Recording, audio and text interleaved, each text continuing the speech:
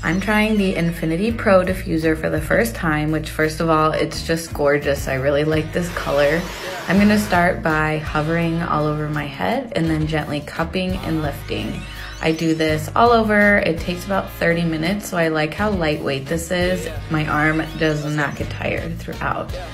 I'm separating my curls now, giving a big shake, and I honestly was shook at these results. I really am happy with how my hair looks. I do not have a lot of frizz up at the top of my head, which sometimes comes with diffusing. So let me know what you guys think. I am into it.